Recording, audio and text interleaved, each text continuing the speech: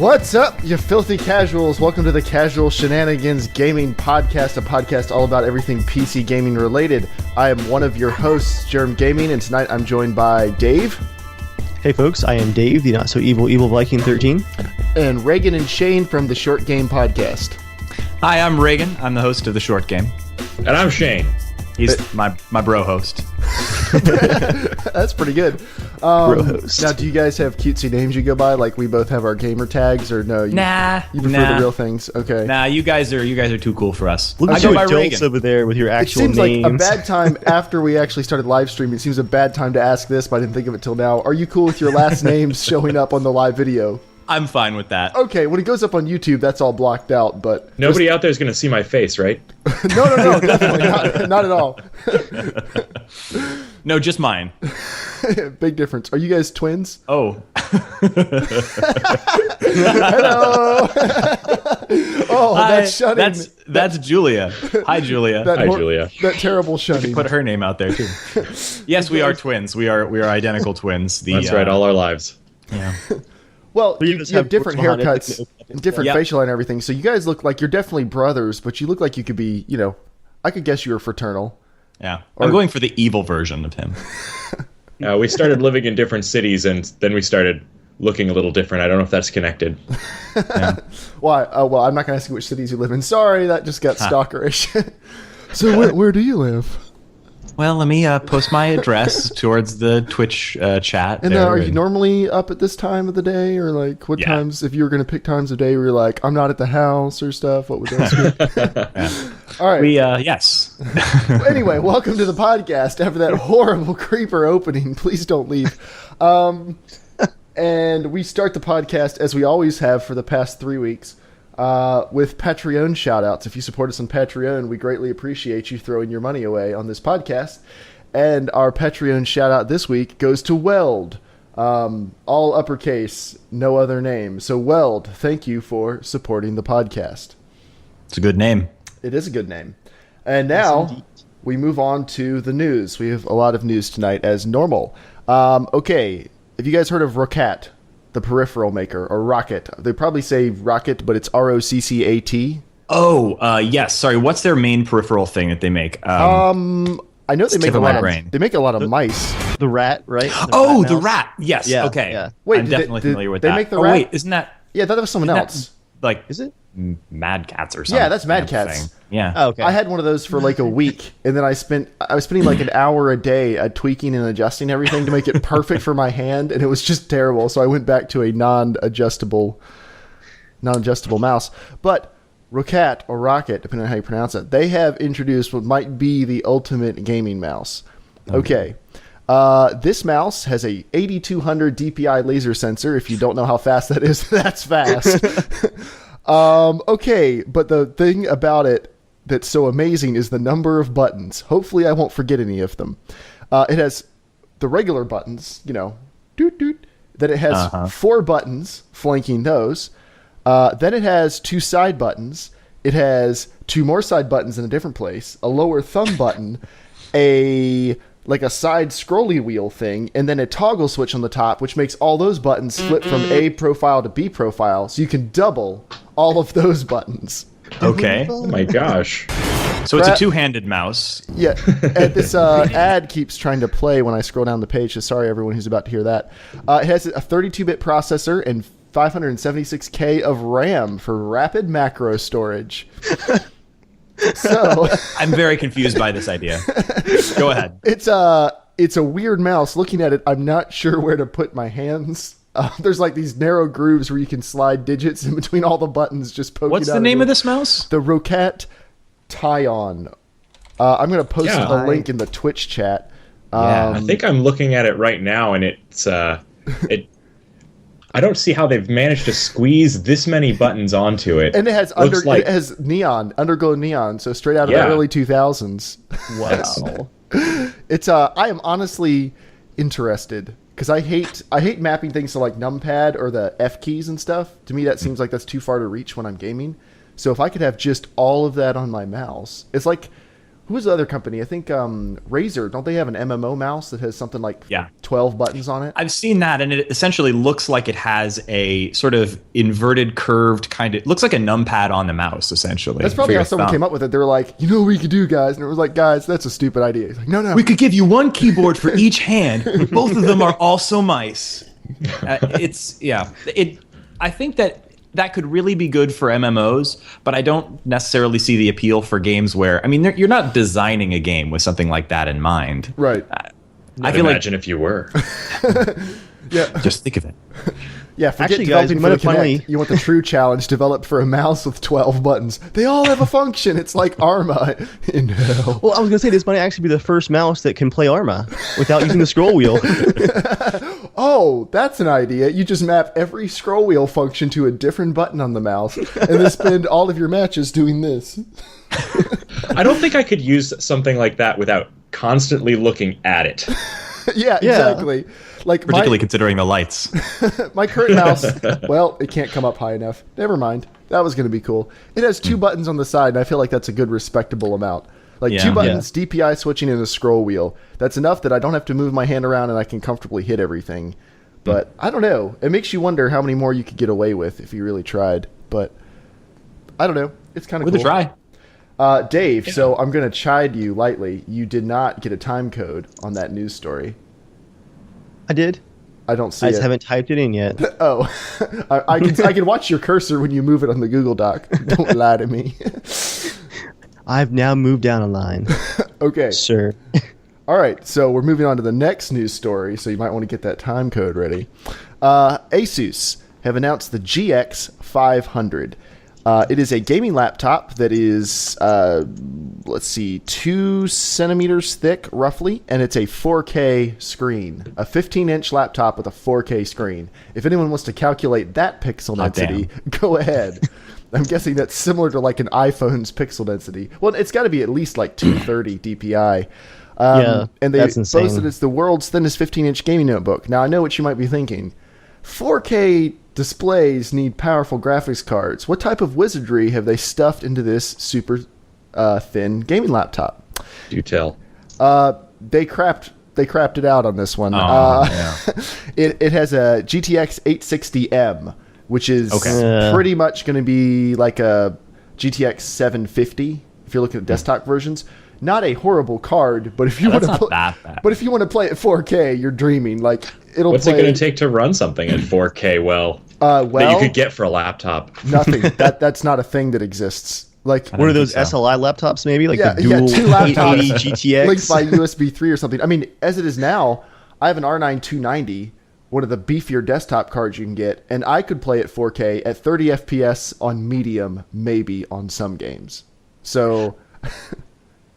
I've been saying for years, I mean, you've seen some of these things on the web where people are creating these sort of hacked together external graphics card solutions for laptops. And I'm still shocked that hasn't hit the market as an actual product, because I think we're still in this position where these laptop graphics, or the displays, are getting better and better. I've got a Retina MacBook Pro that just the display, it's not 4K, but it's a stunning display.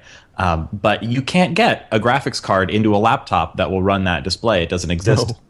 And I'm really surprised that even it's clearly possible. You're seeing some of these great sort of hacks where somebody's put together a PC power supply, ribbon cabled over to a full-size desktop graphics card with a full-size, with a cable running somehow into the computer. That's a terrible solution for your average user. But if you want a true laptop gaming thing, having yourself tethered to the wall might not be that bad if they could make something reasonably sized that you could throw into your bag along with your laptop, or not if you weren't going to use it. Well, we've already made a step in that direction. There are laptops that run on Intel integrated graphics most of the time, and then actually I think a lot of MacBooks do this, and then they can run on a NVIDIA dedicated GPU when they need it. So all you can do is just take out the dedicated GPU and make that the box you buy if you want it. So put it in a dock. Put it into a display. I'm surprised Apple doesn't put them inside get the glossy white Thunderbolt display, because the Thunderbolt display has the bandwidth to drive that. Yeah, that could make sense. Quick, file the patent. Wait, you're saying the display like in the monitor? Put it in the monitor, yeah. That would be an expensive monitor because it's Apple, so they're going to double the price of whatever graphics card they're sticking in it. Yeah, no, it would be fearsome expensive, but That's not I a think bad that would idea. be a good form factor for it. So it's a it's laptop super when you take convenient. it places, and So it's can like Yeah. a MacBook display. Air when you're carrying it around, and when you want a game, you plug it into your 30-inch cinema display, and you have the power of a GTX 780 or something. Yeah, it's been what I've wanted for a while, and they still haven't obliged me. The GTX 780 is actually exactly what I have in my Mac. So Yeah. Oh yeah. Now, will that are you running a 1440p display or? Okay, and it handles that pretty well. oh yeah, It's decent. yeah. I mean, it's I'm just thinking like I have- It's not going to win any complaints. prizes, This but seems it's Exactly. This seems like a very viable idea. I don't think Apple would be the people to do it though, because this would require a lot of that No. crazy thinking that only happens in the PC sphere. no. But I yeah. think Nvidia they would just probably don't care about gaming. yeah, and they really don't. Apple just Well, doesn't. they give a shouldn't. crap. That's not Yeah. their. That's That's not not their their bread and business. butter. But I think Nvidia should. They're already doing this G-Sync technology where they're building, their own special flavored hardware into displays. I don't see why they wouldn't. If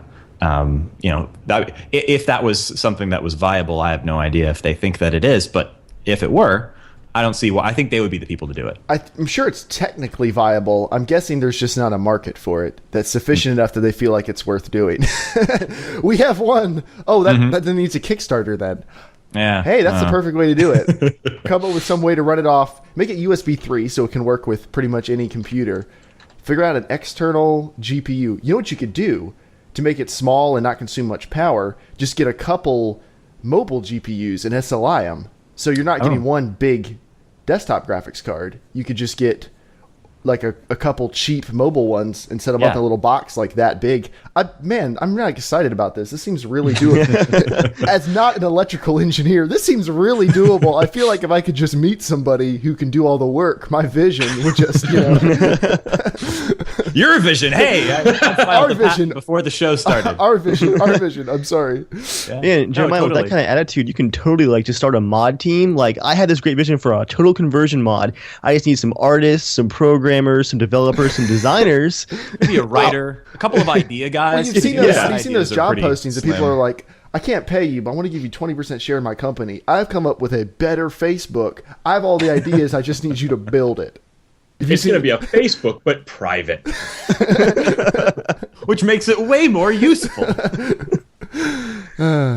So yeah, that's the Gx500. They have not announced prices, but it's a 15-inch thin laptop with a 4K screen, so the price Yeah, I'm is scared. more than you have. Yeah. Start saving now. I mean, that's faster and better than the Razer Blade, which is about a $2,000 laptop. So let's just say $3,000 just for grins. Sounds amazing. Sounds like Apple. Yeah. I won't lie, if I was looking for a powerful laptop, I would consider that, if for nothing else, just for working on it. Like, that's why I want a 4K screen. As soon as that Asus 28-inch drops in like 2 weeks, I am ready and waiting because I want it for work. I'm planning on gaming at 1080p for a while, probably. Yeah, if you're going to run like Premiere or something on that, I could see that. Oh, Dave, sorry. We're not doing these news stories in order, so get ready to scramble. Oh, goody. Speaking of 4K monitors, segue, one of Intel's senior executives, Kirk Skolgan, and I'm pronouncing that wrong, I guarantee it, he is predicting that 4K monitors will drop below $400 by the end of the year. Now, this is TN Nice. 60 hertz panels, so no Ooh, fancy IPS dropping. Not so nice. No, but you ought to read reviews of like this new Asus with the TN panel. The reviews say I've it's seen better the than a lot of reviews, yeah. cheap IPSs because it's such a nice panel. It's dithering the pixels up to about 10-bit color reproduction, and It's not bad. it's pretty good. Yeah. So, also. Side note, OBS says it's dropping a few frames, so I guess Twitch is crapping again this evening. So sorry, everybody. But unfortunately, most of these cheap 4K monitors are probably going to be from people like Envision and AOC, so not like the best hardware manufacturers, but if you want one, someone will make one, and I guess you can probably expect the Korean monitor manufacturers to be all over that in a couple months. But yeah, so that's that. If you're looking for super cheap 4K, you might want to hold out. Might want to give it more like 18 months. Yeah, if you want really good cheap 4K, Yeah. you might want to keep waiting. But if you're looking to do the cheap version of that, which I'm guessing is like a $200 graphics card with a 4K monitor, so you can game at 11 FPS on low, someone sells a product that you might like. Okay, next news story: Xbox One is not a PC, so we don't normally cover it on this podcast, but it has a pretty nifty controller that a lot of people really like. They spent a buttload of money upgrading this controller compared to the Xbox 360 controller. I've never personally used one, but I hear nice things about it. Dave, you led America to victory in the Battlefield Showdown using one of these controllers. How did you feel about it? Well, it was before the launch of the Xbox One, so I'm held by an NDA by Microsoft. No, I'm not. No, it was pretty great. Like, actually, the texture I liked a lot. Like, I have one of Joel's old broken controllers right here from the 360, and it's decent, but I hate that plasticky texture. But the new Xbox One controller has that the Nexus style, like that little bit of, how would you describe that texture, Jeremiah? Like a rubberized, sort of. Rubberized. Yeah, there we go. Yeah, plastic. Yeah. It felt really good, especially like playing for hours and hours and hours on it. That's good to hear, because I always kind of feel like that rubberized feel, like once your hands get hot, I was worried it would feel kind of sticky. Yeah, I think for me the plastic feels much more uncomfortable after long amounts of time. Well, yeah, I've gotten a chance to try that controller. I mean, a little bit. Not an Xbox One owner yet, but yeah, it's definitely a step up. Well, good news for PC players then. As of today, drivers are available, so you can use an Xbox One controller with your computer. So that is honestly pretty tempting. I use a 360 controller for games like Dark Souls and stuff, so I don't know. I'm not in a rush to go get one, but I have a couple 360 controllers laying around. I could sell a few of them and just pick up an Xbox One controller. Yeah, it's nice. It is nice. Yeah. So that's a thing. All right. Let's see. Oh yeah. All right. Let's hit this news story, Dave. I'll let you kind of run with this one. You know which one I'm referring to. Oh yeah, I've been waiting for this one. Give us the update on this news story. Oh, brief recap for anyone who somehow missed us gushing about this a month ago. Did we have Skinner Barkley on when we were talking about this last time? I think so. Yeah. Yeah, because he was actually following this story. Senator Leland Yee of California, a state senator, very large gun control proponent, led a lot of gun control initiatives in the last 10 years, was arrested for gun smuggling and bribery. No, not just gun smuggling. Give them the rest. It gets better. Yeah. He had spent about the last 10 years accepting bribes for votes in California while smuggling actual assault rifles, full auto assault rifles, and RPGs for, I think it was the Chinese mafia, into California and into like Puerto Rico, and it's just all over the place. So he's currently yeah. Does this sound like a Grand Theft Auto protagonist or antagonist? Yeah. I know, right? Yes. I've missed this whole thing. But 10 years of gun control, and then he's arrested for gun smuggling and bribery. He's currently in federal prison awaiting trial. But here's where it gets really awkward. He was in the running for Secretary of State in California, and it was too late to drop his name off the ballot. The election was Tuesday, and he pulled 10% of the vote in California from prison.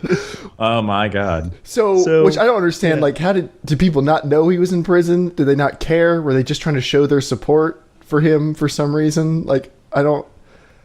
There were 6 candidates for Secretary of State, and he pulled 10% of the vote. Wow! So was he like third? Do we know where he ranked? I think he was tied for 4th. Okay, so that it could be worse if he was like second or something. That would be California. I'm sure a lot of people just go into voting booths and punch holes or they're like, punch buttons without looking. I remember that guy. Yeah. He said he wanted to get the guns off the street. He gets my vote. He'd been in office for like 12 years. And he better with an R next to their name. Yeah. Or a D. What is this guy? What's definite D. He's a big D. I was waiting for that. No, yeah, he's in San Francisco is his district, right? Or that's okay. Well, then we know San Francisco's district, and he favors very heavy gun control, so he's most certainly a Democrat. Can make that assumption. I'm moving to the Bay Area shortly, and we are. We'll see how that turns out. I really want to go visit San Francisco. I'm looking forward to my opportunity to vote for currently incarcerated felons. Yeah, it's going to be a selection pretty soon from what I hear if it keeps going this way. Is this going to go from like chicken in every pot to like smuggled assault rifle in every home? That'd buy my vote. Oh man. yeah, that's the Leland That's D a crazy update. story. I'd not hear about that. I just through quickly trying to find a picture of this guy. I'm on an article that says he was involved in the hot coffee scandal with Grand Theft Auto. He was one of the people calling for like, this is obscenity, remove it from the shelves. Like, even people are like, you realize you have to hack the game and no one can just do this. Like, you have to do way too much work. We have the internet. You can just Google boobs. Or you can spend like 6 hours of work to unlock this terrible. Or step game. 1, learn to program. Yeah. Step 2, yeah. But yeah, that's Yeah, I forgot actually that part is that the two things he hated most in life were guns that he wasn't trafficking himself and video games. He hates competition. Yeah. And children learning how to program. Yeah, I forgot he also got that one law passed in California that was overturned by the Supreme Court that required like an ID for selling video games or something like that. Which doesn't make sense because M-rated video games require IDs anyway because shops are supposed to card you, but whatever. So it would only have increased the requirement for Mario games, I guess. I think it's one of those moral outrage laws that doesn't really accomplish anything. It was. I believe the current ID is not a law; it's a like self-regulation thing for the industry. Oh, yeah. And he passed a law that, like, the state said you can go to jail if you don't check IDs for selling video games, and the Supreme Court's like, no. 1 second. He's quite a character. I'm texting Joel because he says he wants to call into the show later. So, Cool. All right. So that's that story. What was I going to say about Leland Yee? Oh shoot, this isn't. There's so many things you could say. This is good radio here. Oh yeah. People not understanding video games. Old people not understanding video games. Just this week, Glenn Beck, friend of crazy people everywhere. Yes, this is so did good. a big segment on his show talking about how Watch Dogs was teaching the young youth of America how to hack, and it was teaching them that. He said he was worried that it was teaching them that it's okay to have this surveillance nanny 1984 state, and which is exactly the opposite of. It's the opposite of the premise of the game, essentially. And in the game, you hack using an app on your smartphone by pointing at things and pressing the hack button. Like, Press A to hack. Pro tip, guys, if you want to hack things, okay, you don't need Watch Dogs. I got you right here. That little blue X button right there. You just hold that down when you drive by things, and you are an elite hacker. Wow, will that let me skip red lights? Exactly. Yeah, you might cause a few Nice. accidents, but yeah. My controller's a Logitech. Is that going to make it a problem? ooh, you might have some driver damn issues. Ah, well. Yeah, so I mean, that's low-hanging fruit making fun of Glenn Beck, but anyway, it's Yeah. We got to hit What both if- sides of the aisle here. that's true. evenly. That's true. We have to be It's fair. true. We have to be fair.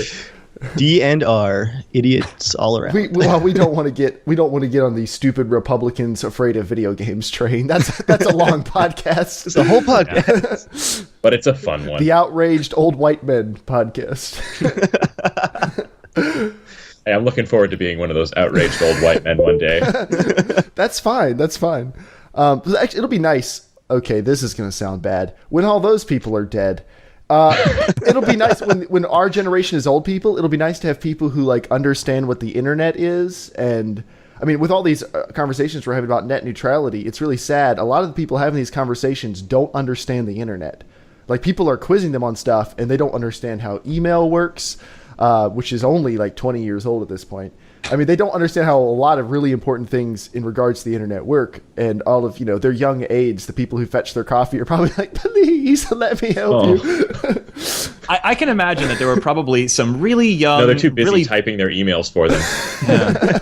I'm sure there were some really bright-eyed young staffers on Glenn Beck's show just sort of quietly putting their hands over their faces during his entire thing. Well, unless they really drunk the Kool-Aid enough that they're like, no, this is really a thing. I remember when the whole Obama's birth certificate thing was a big national news item for like 2 years or way longer. Something so boring should never be a news item. InfoWars. Have you guys heard of InfoWars? Again, No. the Yes. low-hanging fruit. What's his name? Alex Jones. Okay, Glenn Beck is kind of a conspiracy theorist. Alex Jones is crazy. There's a video of him out there. I've seen it on r/cringe of him wearing full-on Joker like face paint, like a Joker suit. He's pretty overweight too, handing out flyers with Obama's face on it as the Joker while yelling at cops as his cameraman follows him around the city. Like he is just a total. He's a character. And he's like a very much a fearmongerer. Like if anything happens, it's a giant government conspiracy. Everything is a false flag operation designed to lure the American sheeple into, I don't know, fluoride slavery or something. Like it's every week there's a new thing. That's my new favorite term, fluoride. Right. So anyway, when the Obama birth certificate thing happened, he had this young guy on his show. He said the Photoshop expert on his staff was sitting there telling everyone how this thing is a forgery for all. And I know I'm a graphic designer, and I was sitting there going, "Wait, none of the things he's saying are true." He's listen. I can see these pixels, and he's literally just those are false pixels. Yeah, he's just making things up. I'm like, that's not how this program works. But people believe, Photoshop. Photoshop is the magic wizard's potion where you can make everyone's dreams come true. So, well, that is kind of it is if you're really good at it. But anyway, so what is it going to be when we're old? Like, and the kids are. What are we going to be yelling at them about? Like, get out. Take off your Oculus and look around your room for a chance. Or stop hacking your brother's brain and making him throw up. I don't know. From your smartphone. From the smartphone in your head. Yeah. The single mental people just have press. glowing Apple logos right there in their forehead. Cool. Well, oh yeah, you like Apple stuff. So I saw your eyes like, I would try it. I mean, you don't know it's bad. I mean, I'd let everybody know that I had an Apple head, right? Actually, that's cool. the important part of owning an Apple product is letting everyone else know. So then you got to replace your forehead every 2 years. Yeah. I'd replace my forehead right now. Why? It's so young and wrinkle free. You got to ride that forehead out. All right. So, The Witcher 3 coming out. It was delayed until 2015. Are you guys pumped about this? Okay, today. I am so pumped. Have you guys seen about the trailer? Witcher Have 3. you seen the trailer, the new one today? I watched it this afternoon. Okay, everyone in stream How many times? is going to watch I've it only right watched now. it once. Okay, well then I feel good. I don't have to send you guys a link. I can just drop it right into the stream. So, everybody, we are now going to watch the Witcher 3 new trailer that came out today. Enjoy. So, that is The Witcher 3 Wild Hunt. And it looks pretty darn awesome. And it is officially, they announced the release date today. It is launching February 24th, 2015. Oh, that's such a long time. Such a long time. It is a long way from now, but it's going to launch simultaneously on the PS4, Xbox One, and PC. All three versions are identical, offering more than 100 hours of open-world Witcher gameplay, which makes me extremely excited. It is next gen only. I'm so excited. Yes. Yeah. Oh, there's no way you can make that I take wrong, it then that you guys are pretty big fans of The Witcher 2. And The Witcher. I've read all the books, all the English versions of the books too. Okay, you both beat me then. You both beat me. I love the entire series. I didn't get that into the first Witcher game, but I decided to give the second one a shot because it was so well regarded, and it is probably my favorite PC RPG of all time. Nice. I absolutely love that game, and so I'm really really looking forward to this one. I've played Witcher 2 twice through, and I rarely do that with RPGs, and it's just a gorgeous, amazing game. I love that game. Have you? Did you play the enhanced edition of the original one, or yes? Okay, yeah, I didn't catch play it until it had been out for a while. Okay. So by the time I got it, it was already the enhanced edition. I discovered that game. It's the only period in my life where I've had a time. I was off from school for winter break, and it was the only winter break where I didn't have a job. So I had nothing to do all day, and I installed it when I got home. I was like, let's give this a try. And then every day, it was just like 6 or 7 hours a day of nothing but The Witcher. In my body. And it was I haven't had glorious. that since Fallout. Yeah. Which, Fallout 3? It's New Vegas. New Vegas. Nice. Dave's a big New But Vegas Fallout fan. 3 also. killer game. I'm really looking forward to this one because it seems to sort of expand on the lore a little bit. As far as I can tell from the trailer, it's got Yennefer coming back, or Yes. like that. Pretty sure that woman in the trailer was Yennefer. It looks... the one with the white hair. Yeah, so. yeah. Oh, looked like that's her. actually Siri. Oh. Pretty Okay. huge character from the books. She is going to be an amazing character. I don't want to say anything else, but Okay. holy crap. I haven't read the book, so don't Yeah, spoil just- anything for did me. the, but- If she's in the game's going to be nuts. awesome. Did the king sound like he was voiced by Tywin Lannister to anyone else? Yes, that's Hugh Dancy, Is it- right? Is that his name? Is that his name? I can't remember his name. I think that's his name. Anyway, yes, I'm pretty sure that's him. So or it awesome. sounded like him. Really, they could just... He is Everyone phenomenal. from Game of Thrones, they could just get to voice that show, voice that game. It'd be pretty good. It's such a crime there hasn't been a decent Game of Thrones game, even though there have been Yeah. at least 2 games. I think both of them have been big Well, disappointments. Telltale's going to do their Game of Thrones stuff. Right, I heard about that, and then I forgot all about it. You've just reminded me. Yeah. So I love Telltale. We can assume it's going to be of similar quality to The Walking Dead, but that may not be like, I want a chivalry medieval warfare mod called Game of like I want that type of Game of Thrones. I want the hack everyone up. I want to play as the Mountain. That's my ideal Game of Thrones game. I mean, what are you going to do in the game? It's going to be like a text-based RPG where you wander around King's Landing backstabbing everyone. Like, I mean, You could play that. I'd probably give it a try. but then you play as some characters, and really all they do for like 30 hours is just walk. I mean, that's think about it. That's like the last 3 seasons of the show. That's been, Arya's story is. I kind of want a dragon rearing simulator. Now, see, that's the thing. That's the problem with making a Game of Thrones game. Is some of the players super boring. Some of them would be like, if you can ride a dragon around lighting cities on fire, it's like Lair, but good. Lair, wasn't that was one of the PS3 launch games, wasn't it? It was the horrible dragon combat game. I think you might be thinking of Horde. No. No? I think it was called Lair, and it was one of the only games you could use the 6-axis on the PS3. Like, you tilted it to control your dragon. Somehow missed Sounds that. awesome. Well, most people did. It was universally panned as being horrible. But, yeah. So anyway. Okay, yeah. But they're going to have a couple different versions of the game. You can get things that come with, like, the soundtrack, maps, stickers, art books, and even one version has a statue of The Witcher, of Geralt fighting a griffin. So if you want that is a thing that is available. I watched the behind the scenes video that they posted on that today, and the creation of that was pretty cool. They created that statue after like 100 different concepts in their like model studio at the game studio, and then it's cast in polystone, so it actually feels and weighs like stone. And then they're all hand painted too. Wow. Not like, yeah, it's It not looks beautiful. machine painted. Every time Yeah. I see a collector's edition of a game I really like, I really want to buy it, but then I think, what on earth am I Yeah. going to do with this stuff? It's just going to sit there. Like, I'll flip through the art book and go, oh, that's nice. I want the art book really bad. And then I have a weird really bad. statue I have to explain to everybody who ever comes to my house. Hey, what's And that? Why do you have a statue of a shirtless man fighting a bird? Like, It's a griffin. He's half lion. You don't understand me, Mom. That's my Geralt alternate isn't a Thor. man, he's a mutant. He's not a witch, Mom. He's a witcher. It's different.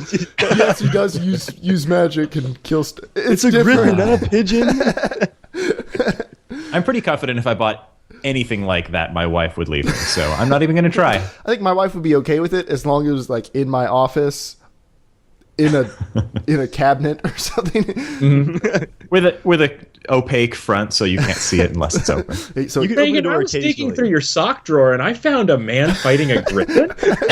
it's like, that's for secret nerd time. So But you get the beautiful little Witcher pendant, which, yeah, you can wear. vibrate your shirt whenever another game comes out. It'll match your fedora. Yep. I am a little tempted by the art book, though. Those games are absolutely gorgeous. I do like art so- books, but again, I don't know what I'm going to do with it. Like, I can't leave it on my coffee table. Would you like to see the super high-res paintings of all the naked women from the Witcher games? Or, like, And the scarred pectoral. yeah, it's of, like, I just don't know what I do with that. yeah. I actually bought the large-sized art book for BioShock 2, which is amazing. But there are some horrific mutated people in that You art bought the art book for That the is worst not BioShock game. Congratulations. Oh, So is this beard new for Witcher 3? I mean, Yeah. did they put on Geralt? yeah, it looks like it is. Like, he looks like he's even a little bit younger. Dave, you're freezing He's up, got a by the little way. color in the beard, which is unusual. Yeah, Geralt looks significantly different in each game. They've made him more handsome. In the first game, he looked bad. I think their facial modeling was just kind of crummy, but it's gotten a lot better. But The mutation's supposed to like do weird stuff with his features too, like pretty constantly. all right, so that's that story. I'm excited. I'm going to order that. Okay, Star Citizen, a game I am super pumped about. They had a meeting last week where they were going to release their dogfighting module, which was supposed to be out earlier this year, but then it wasn't ready, and then it was supposed to be ready last week, and it wasn't ready, and it actually is ready, and they released it yesterday. Oh, nice. And I played that today after like a 2-hour patching process. I think their servers were buckling under the load of the entire internet. That is pretty fun. Now, it's called Arena Commander, and you just go in and fight waves of drones. And it took a couple minutes to get used to fighting in a three-dimensional space, in space, where there's no gravity or reference points, really.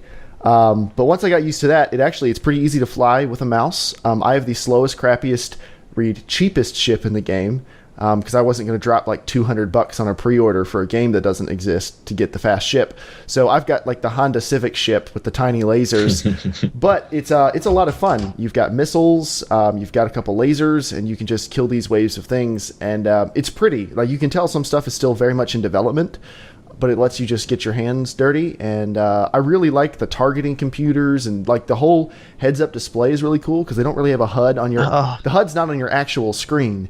It's on your cockpit. So when you need information, you look at the actual HUD while you're flying around. That's awesome. And it performs really well. I was at 60 FPS the entire time, which for as good as this game looks now, but there's only like 6 or 7 ships on screen at a time, and we've been promised dozens. So we'll see. But it runs pretty well. It's a lot of fun. If you pre-ordered Star Citizen, you probably already know about this.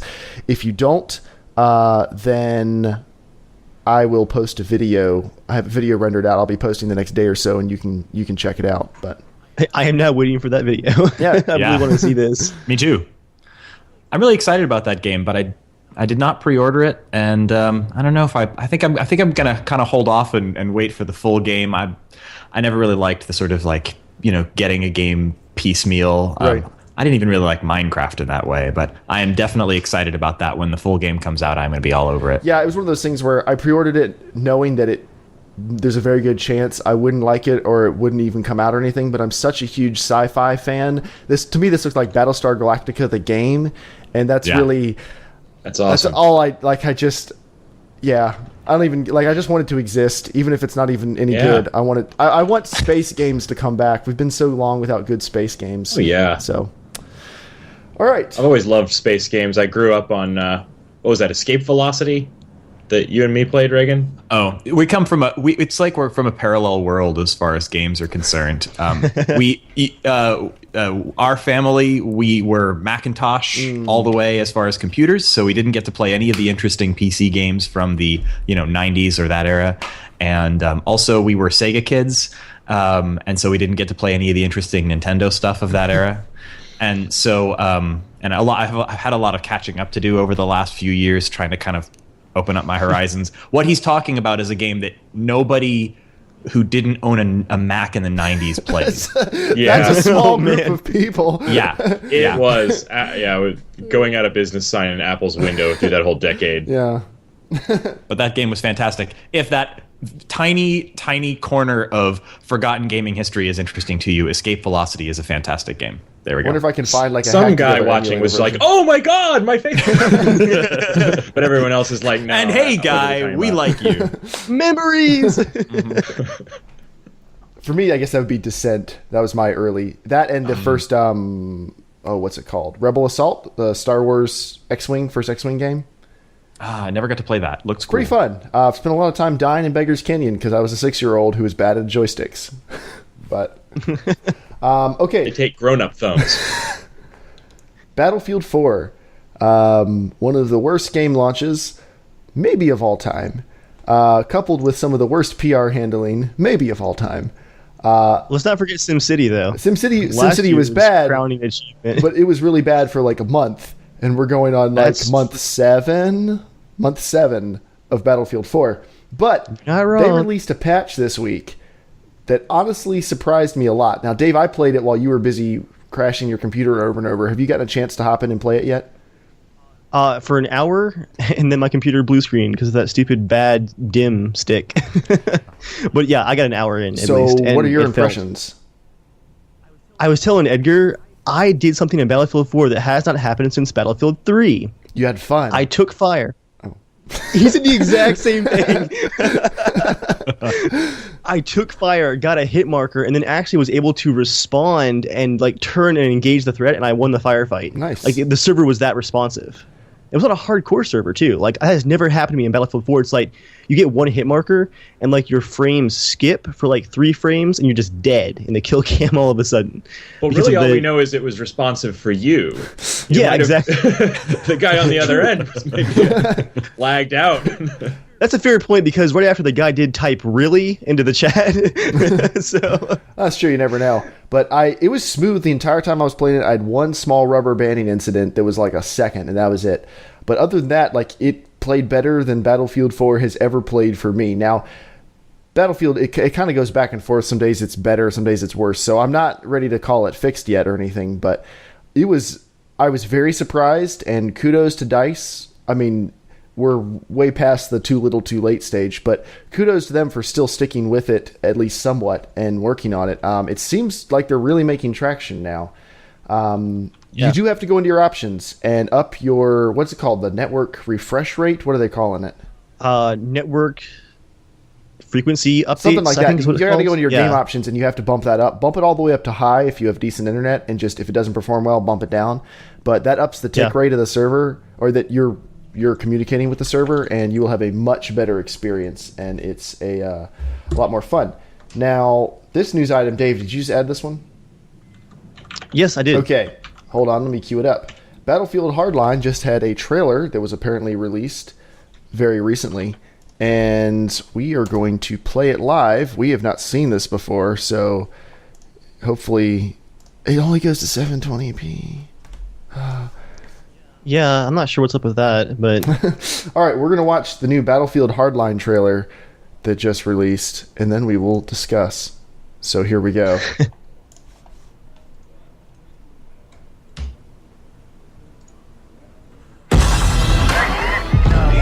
look away, children. Oh yeah, pumping music. Not all like Call of Duty.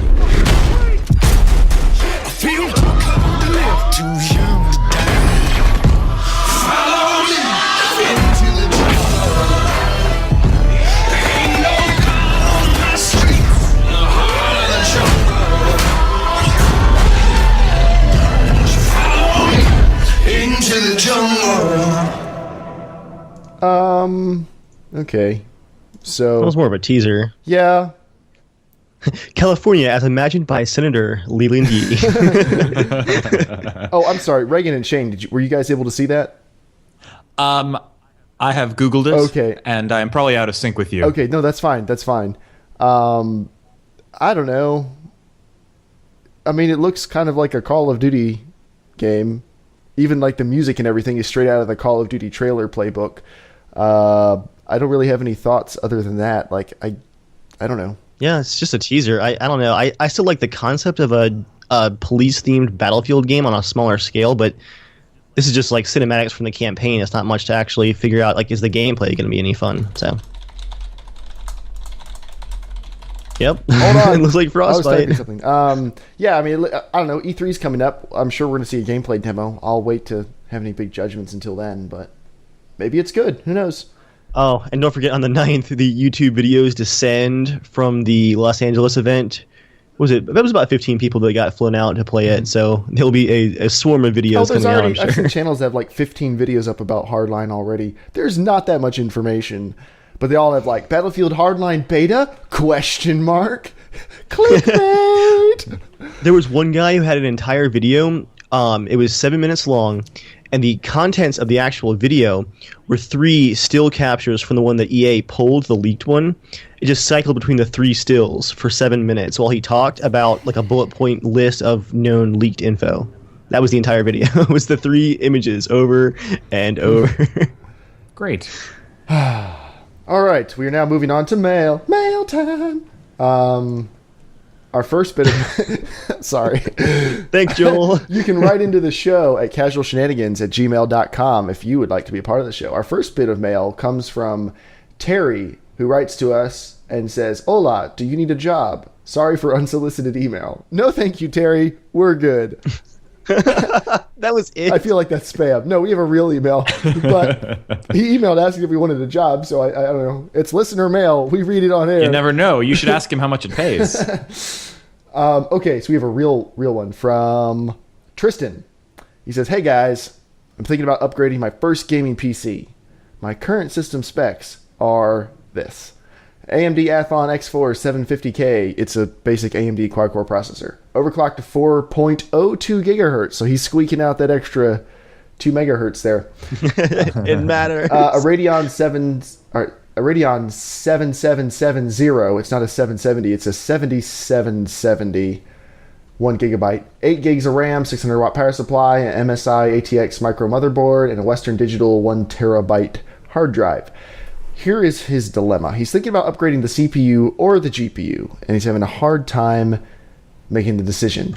If he upgrades the CPU, he wants an Intel Core i5 4670K with a Asus Maximus Hero motherboard. Very nice motherboard, very nice processor. But if he upgrades the GPU, he wants an MSI GTX 760. He said, can you help me decide if you have any better suggestions? My price range is between $300 to $450. He wants to try to keep the price down if he can, which is why he chose the 760. So, does anyone have any wisdom for our friend Tristan? The CPU he described is the exact same one that I have, and it's been fine. I can't say anything really exciting about it. The 4670K or the 750K? I'm sorry, which what? Which CPU do you have? The Intel. Okay, the 4670K. Yeah, that's an awesome processor. That would be a nice upgrade. We're assuming he mostly wants to game, in which case a 7770, that's hard to get by saying. That's a crappy card. No offense. I would probably do the graphics card first. Yeah, I would probably, because you can always do that CPU and motherboard switch out later and keep that same graphics card.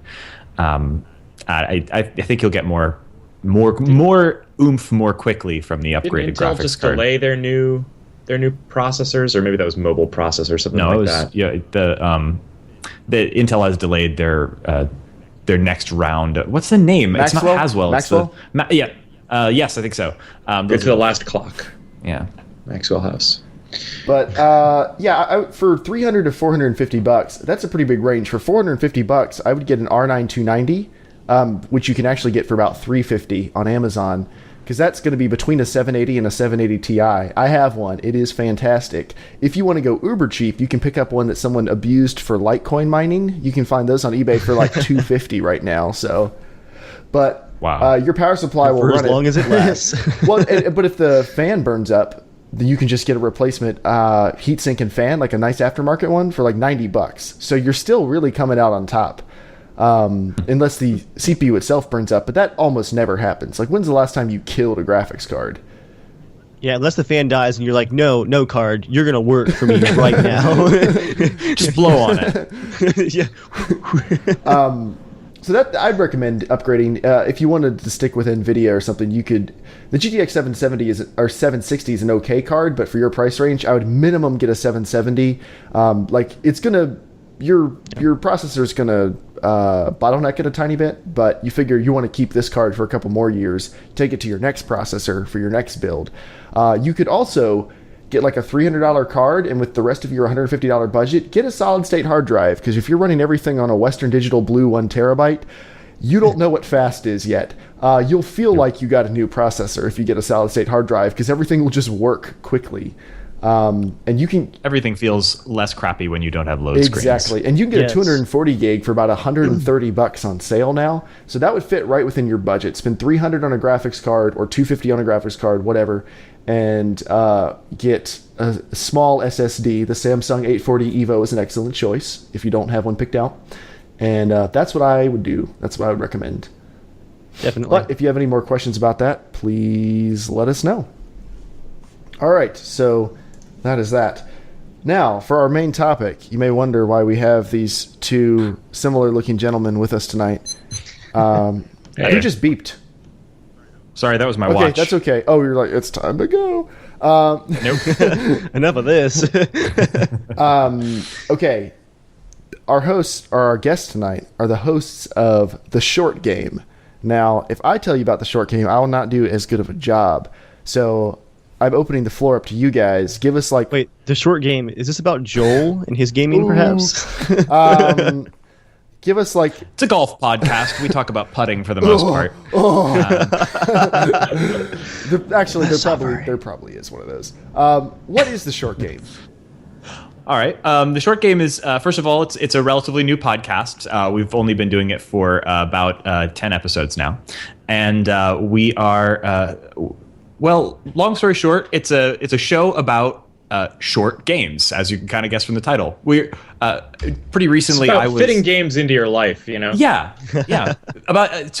My experience has been that as I got busier with my life, I like completing games. I like playing for story a lot of the time. I'm not as big of an online gamer. I think that kind of goes back to that history I was talking about with not having a PC to play on back your in the own 90s. because you never knew anyone else who had the games you did. That's right. Yes, we had these weird So games true. that no one had, and so I really like playing games for story. I like completing them, and so it's really hard to do that sometimes when you've got these games. Like, as much as I love The Witcher 2, it took me a year of 2-hour gaming sessions fit in once a week in order to beat that game, and then I beat it again on a long weekend within that was pretty quick. But the show is really meant to kind of act as a kind of a place to go as a resource to hear details about games that are going to be something that you can pick up and enjoy and really get through and get a lot out of, and really then be done with and be able to try something else and within a short period of time.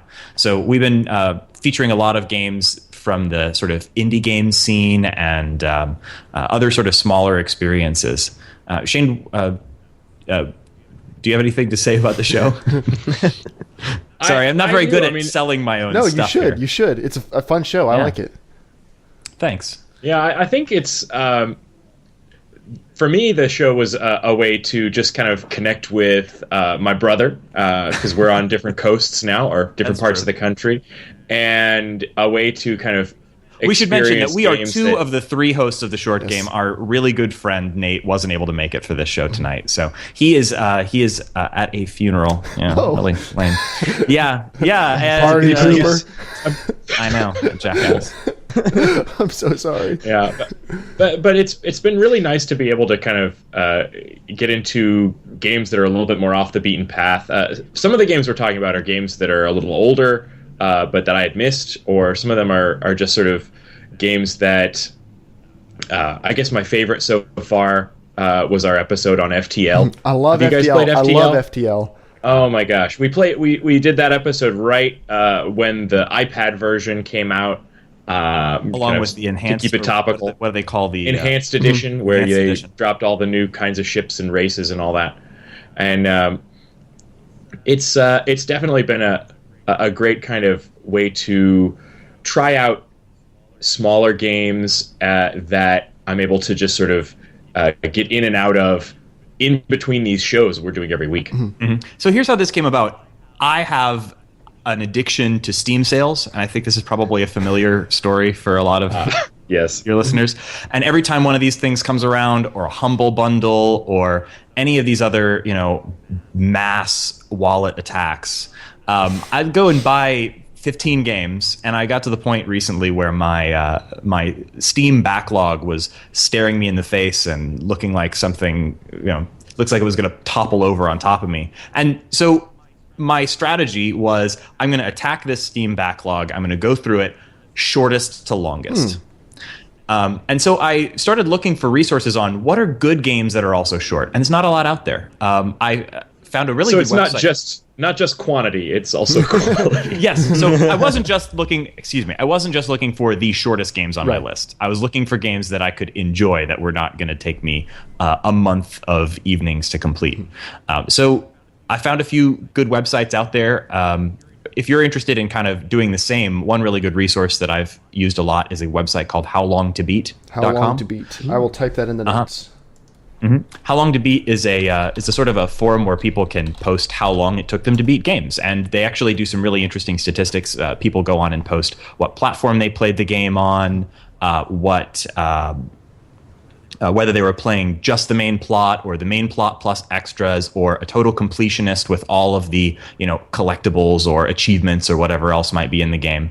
And you can really get a sense of how long a game that you're thinking about playing is actually going to take you based on usually at least a dozen or so people's responses. So that's a really good resource. And I've been kind of trying to cross-reference that with all of the great indie games of the last couple of decades that have really good critical acclaim, but maybe not a huge audience, or huge audiences, some of them, but things that maybe I had missed. To give you kind of a sense of what we've been talking about lately, our most recent episode was on VVVVVV. Actually, some people just say V. I don't know. How do you? I've never said it out loud. Yeah, I know, right? I really want to say out loud. But that game is an amazing game, and I've played it at least 3 times because it's so short, and it's just a great experience to go back to and start it again. So we want to really focus on games that are short, easy to pick up, give you a great experience that you can actually complete at some point, and also kind of to be a resource for kind of a discussion of game design. What makes these games so great? Because if we were just talking about, hey, this is a good game, you should go check it out. One of our challenges has been we get so into the talking about the design of the games that our reviews sometimes get close to the length of some of the games. Yeah, you were telling us before the show that we were playing a 2-hour game, and your episode on it was an hour and a half, hour 45. Octodad Dadliest Catch, which is a fantastic, weird, cartoony, great game. One of my favorite episodes we've done so far. Probably not gonna win any Game of the Year awards, but it's a funny concept. Really the concept is so hysterical. Like I enjoy hearing about this game. I haven't played it at all, but I just love hearing about it. Have you seen its trailer? It's just it's kind of like a QWOP with a plot. QWOP. Yeah. Oh, you haven't seen QWOP? It's It's a web-based QWOP. game. But it's go ahead, Reagan. QWOP is a game where essentially your entire goal is to walk straight forward, but you use the Q, W, O, and P keys to control the thighs and the calves of the runner. I'm looking at this now. This seems... It's a little, also in a way, kind of like Surgeon Simulator. Where if you played that, in that it's really a game where it's really just designed to work against you. You have a very simple, relatively speaking, task, but you've got these controls that are just absolutely designed to make you suck at it, and how that kind of creates this really funny sort of situation. Yeah, that translates to Octodad, where your controls for controlling this octopus man in disguise. He's doing something basic like shopping for groceries, but you're gonna wreak havoc because you are flailing constantly and you can't control yourself. On a gamepad, you have to literally control each leg separately, and also you have control over one of his arms, which you have to use the sticks to control both vertically and horizontally, so that you can grab objects. It takes a lot of work to even just walk in a straight line, but it's amazing. QWOP. I'm gonna add that to the show notes so I can include a link for people who have now heard this and are now interested. I can't believe you haven't heard of QWOP before. Oh, you too, Dave? Just stabbed me in the back there. I've played it before. All right, rub it in. That's right. What now? QWOP is a truly short game because most people will play it for 15 seconds and then rage quit. Well, it's kind of like FTL. I think most people, their FTL experience is about 10 minutes, which is about 3 restarts of them screaming, "Why?" and then just dropping it and leaving. I paid for this. Oh, I love FTL. FTL is one of the only, I get called a roguelike. I guess they're just supposed to beat you to death straight out of the gate, and the whole goal is to live as long as you can. It's one of the only ones I've ever stuck with long enough to learn the mechanics, and the feeling of when I beat it. It was one of the most rewarding victory screens I've ever seen. That's a truly great game. We have a whole episode on it where we really tear it apart and talk about what makes it such a great game, and I am unfortunately terrible at it, but I was joined by my good friend Nate and Shane, who both have some skills, and we really go into depth about the strategy of the game. So if you're interested in getting better at FTL, so if I go deep nerd with you for a second here, Shane, what's your favorite FTL strategy? Like, what's your sure thing strategy to beat FTL? There's no sure thing strategy to beat FTL. The game is too random, but I think my overall strategy for it is boost the dodge as high as you possibly can to avoid as many incoming shots as possible, and the whole rest of the game gets so much easier at that point. And then I like, just for fun, I love to do a boarding strategy. That's mine. It's as good as any other way to beat the game, but it's just so much more satisfying, and you get a lot more scrap. That was my plan. Is I went with a 4 Mantis boarding party. It took probably 25 tries of doing this before I was able to like finesse at what galaxy I needed to be upgrading stuff in, or what system, when stuff needed upgrades, what I shouldn't upgrade. But yeah, it was very rewarding. When I got to the final ship, though, it was pretty much just pausing like every 5 seconds to lay out the next set of commands to keep everything going. But oh yeah, if you're playing the boarding game, you are going to have to pause every 2 or 3 seconds of real time or more. It's micromanaging at its finest. It's just so much to keep track of. Every single guy and their health and all the systems and every bad guy. And somehow, that even though you've got destroy everything, somehow, even though you've got this this micromanaging to do, it still manages to feel really like fast and thrilling because it's you can take that thing off of pause any moment and things will just happen. But you can pause and really just take a little bit of time to plan out your moves. It's just an amazing game. I also love FTL in that it's one of those games where you can sometimes sometimes you die in 20 seconds and you have no idea what happened. Like everything was going great. You launch into a system, you land in an asteroid field. They dump a couple missiles on you immediately. You're on fire and everyone dies. But there are those also ones where it's just a slow death that's dragged out over like 5 minutes, and the whole time you're thinking, I can do it. But inside you just know this is it. Like this is going down. Oh, I love that game so much. That's the fun of the game. It is. It's a great game to lose at. It's a great game to lose a couple times, to walk away for a week, so I can keep my sanity and then come back to. It's also a really fun game to watch streamed on Twitch. It's one of those games that it's great to see somebody who's really good at the game play the game and tell you about their strategy as they're doing it. I'm not usually I don't watch a whole lot of Twitch, but that game is just riveting to watch on Twitch if you get somebody who's really doing a good job of talking you through their strategy. Yeah, I should look that up. I've never seen someone who's really good at FTL play it. I had to look those up on Twitch. Yeah, believe it or not, the people that are really good at it can reliably beat the game. And that's so far beyond my skill level. Our co-host Nate is one of the better players of FTL that I have actually talked to, and he has managed to get through the game and is now pretty good at beating it and is going through and unlocking all the ships. I don't know if you've gone through and unlocked a lot of ships in the game. A lot of them require such specific goals that I'm just not that interested. Like, I don't want to go through and do that specific thing to get the goal. Yeah, some of them, like the crystal ship, you have to hit a very specific sequence of random events that if you miss it on like sector 6 or something, you haven't seen this particular random event, you might as well just restart the game. So that's how those roguelikes are. I've gotten to where if I get 4 Manuses within the first 2 or 3 systems, which isn't super common, but I can normally make it happen like 25% of the time, then I can beat it about 75% of the time. But that's with that one strategy. Like if you want me to change any aspect of it, I'm hopeless. But I can game the system really hard on one tiny little strategy. But your podcast seems like it's going really well. Did you know you're in the new and noteworthy section on video games on iTunes? What, yeah, really? I went to iTunes to the video game section today, and I don't know how they calculate it. So hopefully it's still up when you guys go look at it, or I'm gonna feel like an idiot.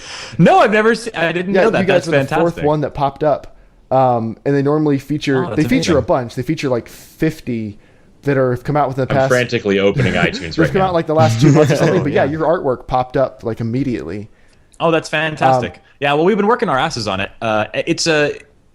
It's been a lot of fun to do. We really do a lot of work on the editing and planning. So it's one of these types of shows that we hope that each episode is going to sort of stand as something that you can go back and listen to. We're not trying to do the news of the day or be topical. I listen to a lot of shows like this one that do that. But our show, we're trying a little bit of a different tack. I was a little bit inspired by other great podcasts, and I will now tell you about 2 other fantastic podcasts that you will go and and listen to instead of ours, and then this whole exercise will have been not. But if you haven't already been listening to Retronauts, I have not. which is Retronauts is a long-running podcast that deeply inspired ours. They started out as a part of the 1UP network, and then obviously things went south. And they recently came back as the result of a Kickstarter project. What on the internet hasn't been the result of a Kickstarter project? I mean, these days? Reading Rainbow is coming back because of a Kickstarter project. So, sign me up. You hadn't We're heard in the about that? future.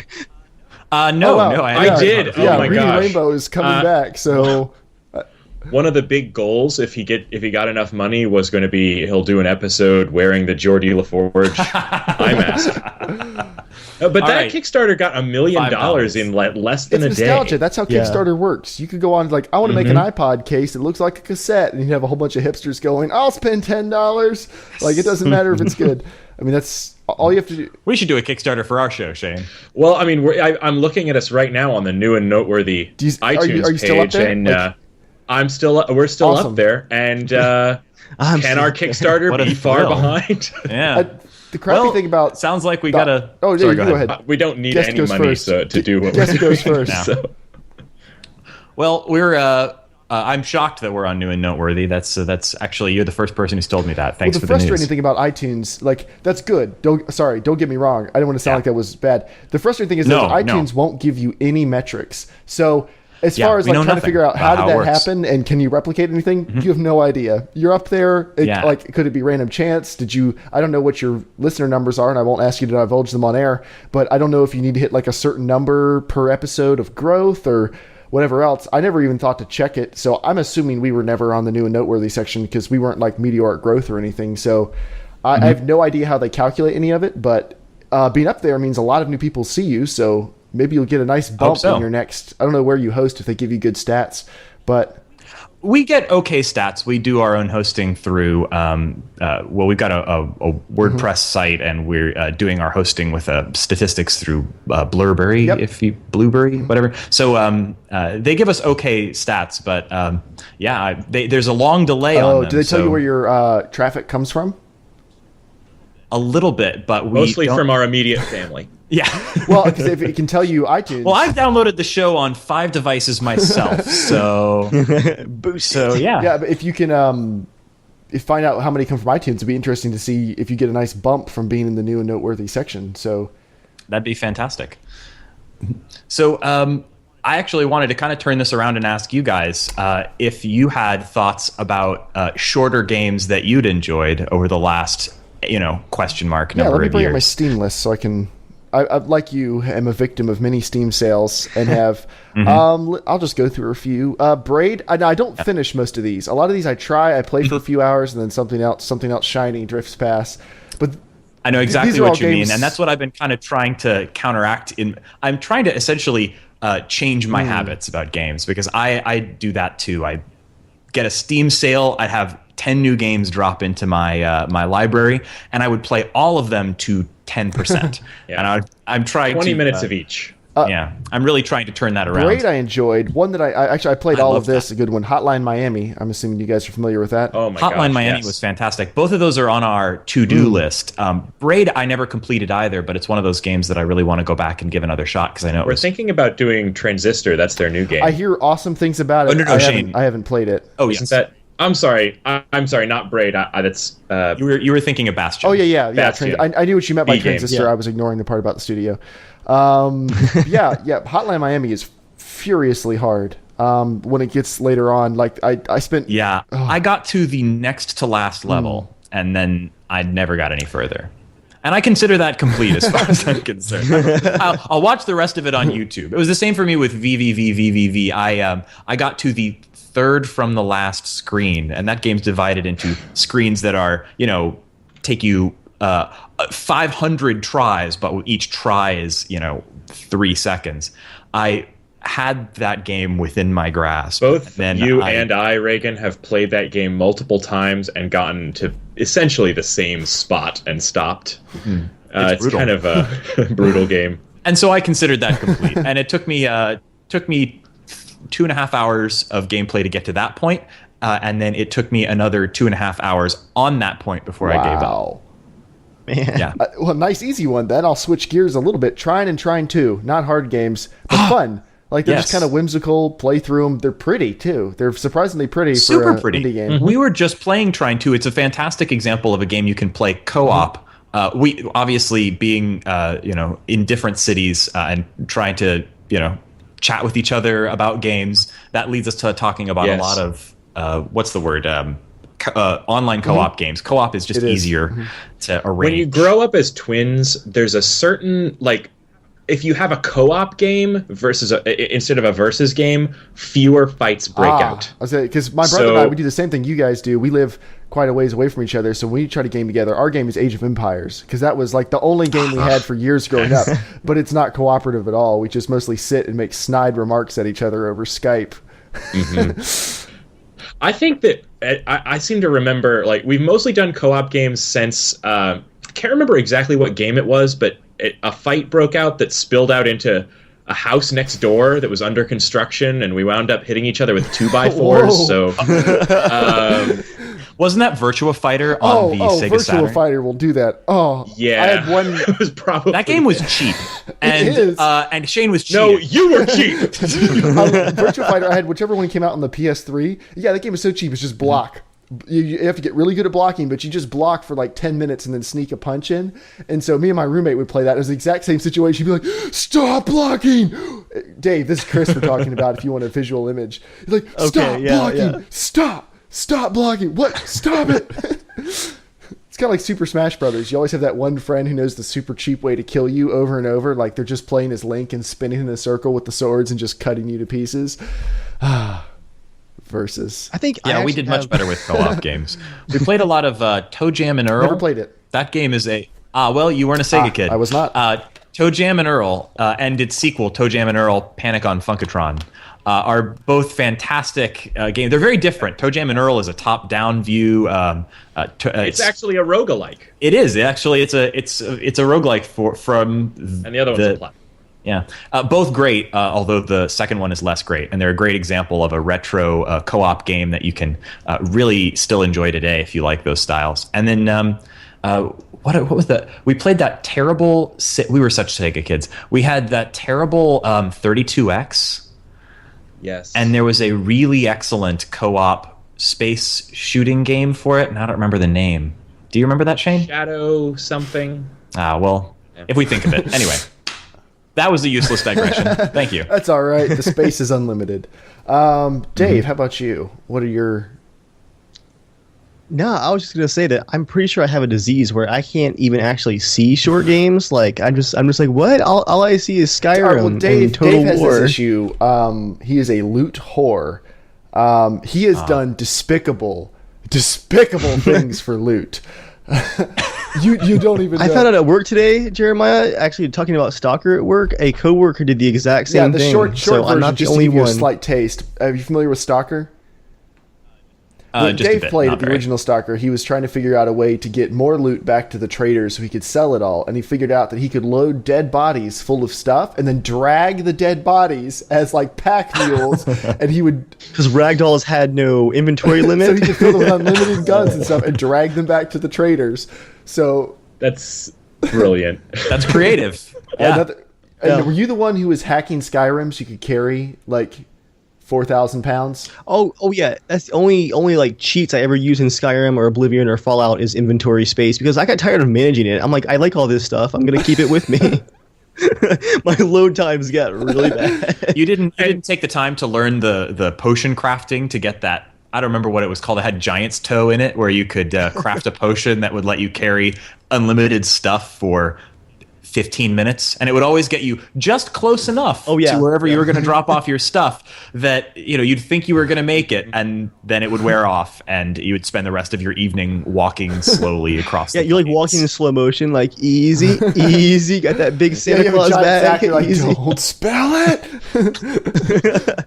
My thing. Because you're gonna really need all those knives. But you don't understand. The pewter bowls are worth a gold. A gold.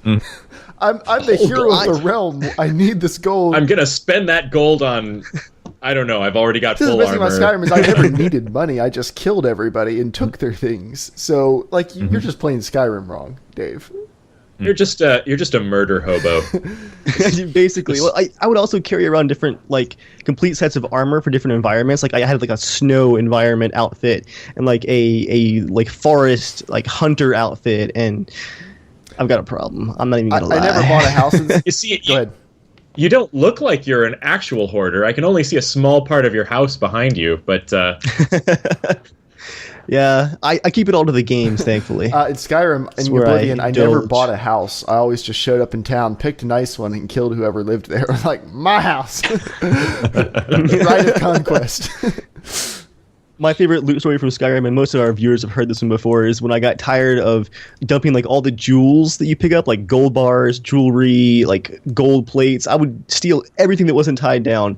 I got tired of carrying that junk around, so I used a spare room in my house to just empty the inventory. I like went down my list, emptying my inventory, and when I exited my inventory screen, my game froze for about 2.5 minutes while the game added all those objects to the world. And then loot just exploded across the room. Like, if I go into that house, it lags right now. I can actually open the door and watch the door, like, slide into my pile of jewels and loot. Oh. Can you Scrooge McDuck in it? Yes, you actually can. Like, it lags a bit, but, like, it bounces off the walls and, like, flies around in piles. if you do the dragon shout, does it just like all fly into the air and huge? I'm afraid to try that, Mountains. actually. It sounds like Oh, a you trap. gotta do SOI it. 680s, get Shadowplay ready and get us a 60 FPS dragon shout of all the jewels flying through the air. That ought to be like your channel Nice. intro, is flying jewels with you roaring in your Skyrim outfit. In slow You know, I motion. think there might be a whole game there, just a Scrooge McDuck diving and swimming around in gold and We've jewels got like simulator. Bulletstorm games that just make fun of the whole shooter thing. Why isn't there like a loot fun game where like loot is just laying massive gold? Well, that's kind of what the Lego games are. The Lego games just like coins, coins, coins, coins. My wife loves playing Lego Lord of the Rings, and the whole game is just basically dumping prizes on you nonstop because it's designed for like kids through adults, so they focus heavily on the kids but- side. If you get to the point of the loot where like the whole game is like, how do I not drown in gold? That would be so fun. I need to expand my mansion to fit more We gold call it the bars. 1%. That's Yes. It was Shadow Squadron, Reagan. I know I'm Shadow super late to the party. But that's a very generic. The one sounding game worth getting on the 32X. Wait, what was the 32X? Oh, the 32X was a 32-bit it was what our parents add-on. bought us instead of getting us a SNES. Oh, Yeah. It was an add-on for the Sega Gotcha. Genesis that added. It would stick Was the on Genesis top. 16-bit or 8-bit? It was 16-bit. Yes. Okay. Yeah. The Genesis was 16-bit. This was Made it 32. 32-bit. That doesn't It was seem- basically a gigantic, looked like a hemorrhoid pillow with a cartridge coming out of the bottom that you would stick down into the top of your Genesis. And it had its own power cord. And essentially, as far as I can tell, it was a whole console contained This in that sounds thing. like your except it sort of external passed graphics everything card through. idea. Yeah, and it was a terrible. It does. First of all, it was a terrible system because there weren't a lot of very good games for it. You know, it had the similar problem to the Sega CD in that no one buys add-ons, and so no one makes games for add-ons. So it didn't have a great selection of games, and the games were pretty noticeably better than Genesis games, but they weren't on par with things like the PlayStation. It was really that kind of weird in between point, and it also broke after only about maybe just 6 weeks or something. That was where I first played the first 3D Virtua Fighter game. Nice. Oh yeah. And the Shadow Squadron was also 3-dimensional, which was really shockingly cool at the time. It was not even real wireframes. It had polygons. It had actual polygons. Maybe only like 15 of them, but they were polygons. So I'm Blew my looking mind. up. Shaded surfaces. I'm looking up the. It looks like the 32X sitting on top of a Genesis looks like the bridge of a Star Destroyer, like perched on top of the Star Destroyer. And it was its own 32-bit That makes console. it sound a lot it doesn't cooler look than cool. it really looks. Imagine a Star Destroyer with Hemorrhoid with all pillow the is cool better, stuff guys. cut off. Like it's the rear quarter of a Star Destroyer without all the guns and rockets, and black and Sega. We also had the Sega Channel, which was another one of those things that you'd plug down into the Sega, but it downloaded games over your cable TV That thing signal. was so cool. Man, Sega was Yeah, really the ahead Sega of their channel was time. amazing. Sega had a ton of really cool add-ons, all of them huge failures, but I look back pretty fondly on all of them. The Sega Channel, we had this one game that I've never been able to find again, even in ROMs or anything, that was the most perfect version of Bomberman that I've ever played. Oh, yeah. And, oh, man, I just remember, like, staying home sick from school one week. I was super, super sick, and I would just be going back and forth between hurling and getting on the Sega Channel, and hurling and getting on the... until there was nothing left in my stomach. So, I mean, because internet browsing back then was, well, it didn't really exist a ton. So this was not internet, It was actually. over your cable, though, right? I'm saying, so how slow was the browsing on that? There was no browsing. What it would do would be overnight, your cable, your Sega Channel... Sega Channel would broadcast a data signal over an actual television channel, and it was actually something kind of analog and like a typical modem signal, and it would broadcast this at periodic times, and the Sega Channel had to be on, otherwise it wouldn't receive it. And if it was on during one of these broadcasts, it would receive several games, which it would store on its internal memory, and you could then go in and play those games. And then when it received another broadcast, it would overwrite them with something else. So you'd usually have a selection of like 6 games. I was or something mad like that. when that Bomberman got overwritten by like Comic Zone. Yeah, and you didn't have a choice about it either. And sometimes they would be games that were like upcoming, they hadn't come out yet, and you'd get like an unfinished version of a game. In fact, there's some interesting games that came out on the Sega Channel that actually never got released. I can't remember enough off the top of my head right now. Worth checking out the Wikipedia article or something. But it was really a neat idea. It was pre-internet DLC, essentially. It sounds like it was like PlayStation Now, but 20 years ago. It was an amazing That's a really bit of interesting technology. idea. I mean, a lot of things Sega's been very forward thinking on, but yeah, as you said, none of them were commercially successful. And you're right, peripherals don't sell. Rest in peace, Kinect. But yeah, peripherals just don't sell. So I don't know why manufacturers keep making them. I guess they always think this is the one that's going to do it. This time it'll be different. Right. This time millions of people will buy this stupid little wand that suctions to the TV or whatever it does. And now this is... I'm a real believer. I mean, I saw the Kinect and I was like, this is the future. Yeah, when they first showed you the video where they like drew a picture and held it up and the little kid on screen pulled your picture into the screen and was talking to you and stuff. Yeah, that looked amazing, but the Kinect was not like that at all. That was No. It was like a less sensitive DDR pad, but you could wave your arms the too. Kinect is you're too close or you're too far away or the room is too dark simulator. That's what Kinect is as far as I'm concerned. And even the new Kinect, from what I hear, isn't really any better. It's kind of like Siri. Like it's close, but not on 80% of the time. And that's the problem with voice control is it kind of needs to be on 99% of the time. Like it has to be more convenient than hitting the one button that does the thing you're trying to get the thing to do. And so far, voice control is not there. But anyway, yeah, Ultra Grunt in chat brings up a good point. Kinect can't die. How can we dance off against Darth Vader in Star Wars Kinect without a Kinect? I don't know. You'll just have to be deprived of that console experience. Hell, man. I mean, just to bring up Star Wars, like when they demoed the Kinect, I was like, that's going to be perfect for Star Wars games. And then lightsaber game. Would have been. We've all been waiting for a proper lightsaber game with motion controls since we were all, 7 years old, right? Still hasn't happened. I don't think it's going to. Well, maybe when the Oculus Rift, but that's the thing is like the Oculus Rift, another peripheral. If there's one I wanted to catch on, it would be the Oculus Rift because that's more of like a new direction for the industry, which would automatically make everything else more awesome. That Star Citizen might make me buy an Oculus Rift when that's fully supported. I saw this. I'm struggling to remember the name of it, but speaking of amazing peripherals that will never catch on, I saw a demo today of a set of gloves and had an optical sensor that goes on your chest. I don't know if any of you guys have seen is this the thing. One that just shocks you when you get shot? I'm struggling to remember the name, but is it like the shock vest? Like it? Okay. No. Although I think we actually had something like that for the Genesis, but there's a thing that has a camera that mounts on your chest and some like sensors in a set of gloves that's doing a Kickstarter like right now. I'll see if I can find more info about it. but it looked like it would pair really nicely with an Oculus because you could see your hands in front of your face. And they were saying, like, that's the first thing everybody does when they put on an Oculus. They, like, wave their hands in front of their face. Like, I can't see my hands. And then you could see your hands and you could interact. That's cool. I feel like if I had 30 grand to spend on a gaming setup, an Oculus Rift, one of those things you stand on that rotates, that lets you, like, walk around. You know, if you know what I'm talking about, have you seen those? It's like a rotating treadmill that suspends you just high enough that it keeps you in place, but you can walk around on it with an Oculus Rift on, and one of those vests that when you get shot, it jerks in the same place you get shot. Like, all that together is like the real first-person experience, I guess. It probably is really disorienting. You come out of that with PTSD. Yeah, it's probably really disorienting, but whatever.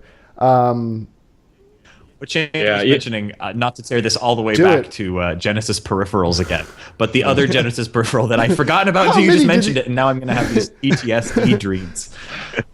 It was awful. Your parents were like I said, we were big Sega kids. And you're like, Mom, I want a Nintendo. I know. I just want to play Mario.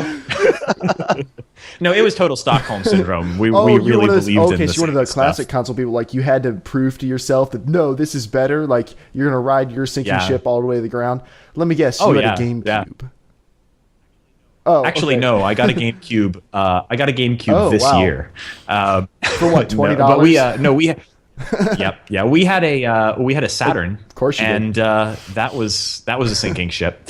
No, the peripheral we were talking about there was that, I don't know, it was a third-party thing. It wasn't an official Sega thing, but there was a vest that you would wear that had on the front of it, essentially it was like tying a subwoofer to your body. And the premise was that, you'd feel the action of the game, and you'd plug it into the console in some way, and it would vibrate your body while you play. It was, oh man, how did we, what possessed us to get that, Shane? The 90s were an amazing time, weren't they? Basically. But this new thing, the Control VR, I found the name of it, and it actually does look pretty legit. They've got their Kickstarter up right now. If you are going to drop $1 million on an Oculus and a hamster ball to live inside of, and you want to be able to see your hands, this seems like the piece of technology for you. There's a very small subset of people who are like, I'm so glad I'm alive right now. Joel is that person right now. Who he expects a phone call. Speaking of Joel, way. actually, I was about to segue into our news segment called 90 Seconds with Joel. So let me text him. He's on Skype right now. I can just Skype him. All right, we are going to Skype Joel into the call for 90 Seconds with Joel. I love how his accidental photo is still his photo on Skype, like Dave, a month I don't later. See a time code. Oh, you'd like a time code, wouldn't you? Code. It says he's on Skype. I don't see him. How will we know when Joel didn't show up? The dead silence. All right, well, I'm going to hang up on him, and then I will call him. Wait, are you there? What's up, my brothers? Hi, Joel. How's it going? Dude, it's doing awesome. It's the first wedding I've been to as a guest since before I got married. Joel is a wedding videographer, and I'm a wedding photographer, so we share this bond of never actually attending weddings. So I feel for you, brother. Dude, it feels awesome. It's so much fun. I'm like, hey, I don't have to videotape. I can eat food first because I always have to eat last. I'm like, screw that. Wait, you eat last? That's one of my things. Is photographer eats first because I got to get set up. Not like no. Well, I try that. I try that, but I swear, like people nowadays, like they're like, no, the videographers need to eat last because everyone needs to go through. I'm like, oh wait, then I eat last right as everyone's done eating, and then I got to film some more. I'm like, you jerk. No, Joel, you got to film people eating. That's the good footage. You got to be ready to go. Like those photos. You got to get that chew cam. Yeah, like there was this one uncle guy in the no joke in the background. He was just peeing against the wall. He was so drunk. I'm like, I didn't film that. Yes, you do. If he's doing that in full view at a wedding, trust me, they want video of that. At least with the police report later. But Joel, you're on with Reagan and Shane from the Short Game podcast. If you heard some foreign voices there. No, nothing's foreign to me. Yeah, okay. He's been around. What's up, guys? So I actually didn't read up on anything about you guys because I wasn't planning to be on the podcast. So I'm just going to pretend that you guys are really awesome. Pretend no more. I really appreciate that. Oh, good old Joel says exactly what he's thinking. All right, this is 90 Seconds with Joel, a part of the podcast, usually 90 seconds or way longer, where Joel gets to do whatever he wants. So, Joel, the floor is yours. Okay, so I was watching the Ricky Gervais show last night, and they had a really cool segment on there. I thought it was funny, so I thought it'd be funny to do, right? So we're all on a deserted island, or not all of us together, because that would actually be that cool and gay at the same time. We're deserted together. It would only be a couple of weeks, and then more gay stuff would happen. So let's never do that. So back. All right, Joel, thanks for calling in. We'll see you next week.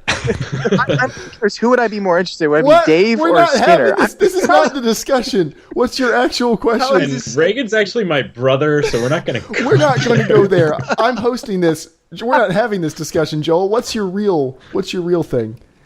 Okay, no. You're on a desert island by yourself. All right. Okay, and somehow you're going to live out your entire life. Well, somehow you don't have to worry about food or anything. Short or long? Shut up.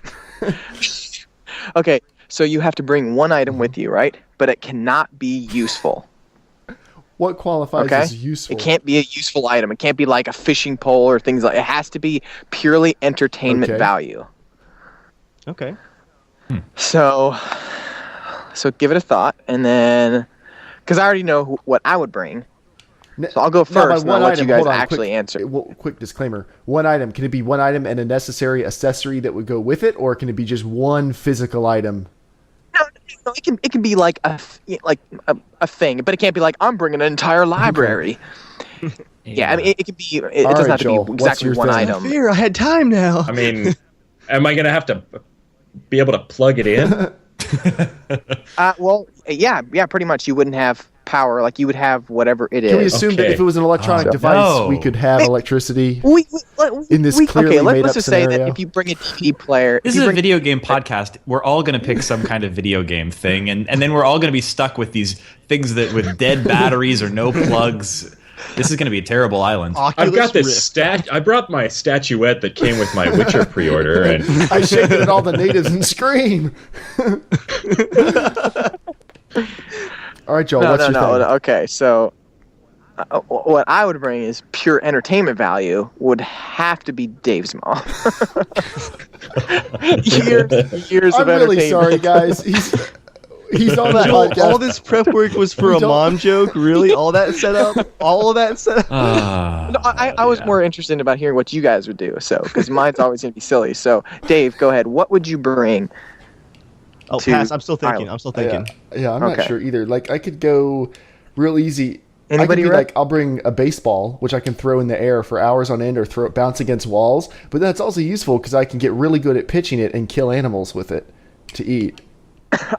When I was watching the show last night, I couldn't help. I was laughing, and Joy was like, "Why are you laughing so hard?" Because I couldn't help but think about Picor. Like, he would somehow bring that item, like, and then like the glasses would break or the ball would fall in the water. Like the very first time he like threw it or touched it or read at the book, like it would fall, it would rain, and be like, "Oh." We have this friend who has luck that can only be described as the worst of anyone I've ever met. Actually, I have a 10-second story that just explains his luck, Jeremiah. Did you hear how Jason's Monday went? I did not. He works on a personal laptop at work on Monday. Pretend like I don't know, so you can tell everyone else. On Monday, he got to work, turned his personal laptop on, and it sparked and smoked and never turned on again. So in order to work on Monday, he had to take his lunch break, go to Best Buy, and buy an overpriced new personal laptop to then rush back for a meeting at work for. That's Jason's luck right there. That's awful. That's pretty bad. Oh, and he paid for it with a credit card that he had just paid off last month. I have a question about the rules or terms of this whole procedure. The Desert Island Challenge here. Yes. Does the object have to truly exist in the reality in which we actually reside? You ruined my whole plan to bring Jambi, the genie in the mirror from Pee-wee's Playhouse, as played by Phil Hartman. I would bring antimatter and just swallow the whole wretched world. Like, if I can't be happy, no one can be happy. The world implodes. Hey, you're big enough. I would steal and bring my brother's collection of Game Boy Advance games. Because I feel like that would hold up on the desert island for a while. Well, but the whole problem there was that we can't charge things, we're allowing, right? So essentially, you're just doing that. Find like a lot of potatoes you can plug it into or something. There's an outlet in the hatch. Infinite energy, so it just goes on forever. But that's the only thing you have. Okay. If there's infinite energy, I'm gonna lick energy. Give me your superpowers. You know, I think Skinner would be the best person to be on an island because he could like easily reach up and grab the coconuts. And just like enjoy them like fruit. The joke here, not that it's funny, is that Joel is a tiny person, and he likes joking that I'm a couple inches taller than the national average, which to him is an endless source of amusement. That I'm a huge monster. It's a monster. That's pretty funny, Stretch. I think I have my answer. If I'm completely alone, then I'm going to go with a lame answer and do a smart TV with Amazon Prime and Netflix and Hulu. Because there will be a never-ending stream of decent TV shows that I can binge on as I eat my coconuts that Jeremiah has gotten down from the tree. That means you would eventually get to the show as the world turns. And you'd like watch every episode of that crappy show. I think I would start with Survivor Man, because I think I could learn a lot from that. Oh, you're very optimistic. You know, about... I mean, you know, when you got to drink your own pee or whatever, you'll have the wherewithal to figure it What out. would kill you first? I can glance over for Drinking your own instructions. urine or drinking salt water? Oh. That's like the devil's choice right there. Damned if you do, damned if you I would dig don't. for a very long time and try to find some other water.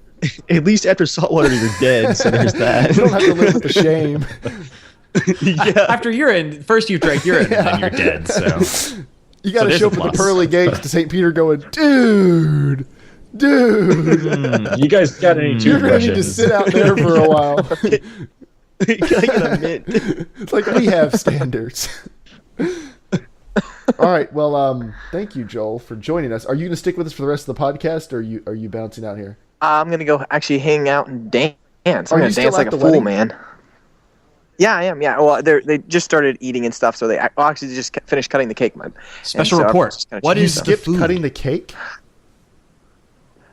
No, I mean like they just finished and then it came out here. So, yeah. So they have a cheesecake actually for cake and cupcakes. So it's not really much to cut or whatever. But so yeah, I'm gonna dance. But last little thing, what are you guys most excited to possibly see tomorrow? Not what you think is does going to be E3 start displayed, but what tomorrow? are you most excited to actually? What? Yeah. Sorry. Monday? Gosh, not Oh, that was tomorrow. like Monday. I'm all Yeah. ready for Monday. Yeah. I don't know. This weekend, I'm just like in E3 heaven right now, so I'm just excited.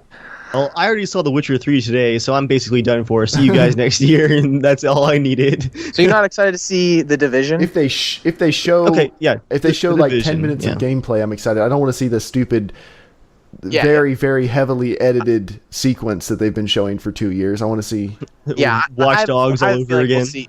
Well, I think we're gonna see it because I mean it's been a year since it was announced, so I think now's the time we'll see it.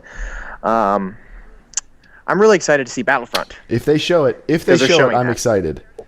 They already they said did. they are. They said they are. They're Speaking showing of it off which, this year. you guys should be now I'm ready excited for again. some casual conversations for the Patreon subscribers. Casual conversations will be dropping after the major press conferences. So Oh yeah, Xbox I think is at 12. This is, EA and Ubisoft are like this is 2 or Western 3 time? and 4 o'clock. Eastern. Okay. Yeah, we confirm. So it's 12 o'clock, then it's like a 2 o'clock and Okay. a 5 o'clock, and then Sony's is at 8 Okay. o'clock, or 8 or 8:30, I think. So after that, throughout for the late evening, because I'm actually doing the Norman Visual Effects meeting on Monday night. But after that, let's definitely chat. I know James and I will be up, and we'll be on Skype and stuff. So we should chat, like text chat Okay, while we're sounds watching. good. That'd Same be as fun. last year. So, All right, cool. well, you guys have fun. Break a leg. I'm gonna go break a leg by dancing my All right, face go dance off. your face off, Joel. Bye. See you guys. See you, Jill. He is, believe it or not, a grown man. Okay, so now we're at the part of the show called Dave's Comment of the Week, where Dave digs deep into the cesspool of the internet and shares with you things that people have told us on our videos this week. Oh, yes. This is why we don't post to you. It's always good. Before we begin, should I save the Brian Hicks tweets for next episode with our more DayZ focused talk? No, that one one of those is so good that it just has to be read. Okay. So we'll start off with my personal comments from my channel. I got a couple of good ones this week. On our first DayZ Epoch video, this is total leet speak, so I'm going to try to read this. Bandit Nub, L2P, which is, I guess, learn to play. Kids like you ruin the game. So stop playing the game in a way that I don't like. You mean stop playing this game with no rules or structure in the way that I don't play the game, which affects the way I do play the game, and I hate you. And please kill yourself. Think how much better the game would be if everyone played the same way. Yeah. I've always loved that argument. Like, hey, this sandbox game right here, this open world sandbox game, you're playing it wrong. DayZ, which has no objective. There is no objective. If you just want to sit on the coast and die, that's valid. That's just as valid as killing everybody you meet. So, all right. Probably how I would play it, really. I'll just censor this one just a bit. The bit. username is the Mama Bear 1999, so we can assume this is a 15-year-old. All right. Yeah, this is on a real-time strategy series that I haven't updated in a few weeks because I'm updating other real-time strategy videos that take hours to record, edit, render, and upload. These are like hour-long videos. But this is how he intends to get me to upload more often. Dude, stop taking so effing long to edit. Thank you, kind sir. Thanks for the support, fan. Get your shit together. Love, your biggest fan. I'll kill you. Yeah. I'll upload a video. I'll find you. And then we have 15 and already a mama bear. Yeah. Yeah, there's numerous ways you could interpret that comment or that username. All right, what did Parker have to say about Watch Dogs? Yeah, this is actually, I'm really glad that Parker commented this comment. He got into some really deep discussion about the graphics, with Watch Dogs. There's been a lot of discussion about how Watch Dogs here at launch did not meet the E3 projection of a few years ago. And Parker just provides some great thoughts on the graphics here for Watch Dogs. His comment is, it looks better on console. Thanks, Parker. And now, thanks for the feedback. The side segment. The most inappropriate comment of the week is what, Dave? Are you guys familiar with DayZ, the open world survival game? We play it all the time. We're huge fans. I've seen your channels. No, I'm familiar with it as I'm familiar with it. Gotcha. Okay, that's basically all you need to know. It's still in pre-alpha. It probably won't actually be out till next spring, but right now they're you kind guys of on the Skype. Can you guys hear me okay? I can hear you. It's just Shane. It's okay. We never liked him. Oh, no. Oh, I think he's back. He furrowed his brow. Maybe he heard that. Shane, are you there? He's thinking about it. Someone is torrenting at his house.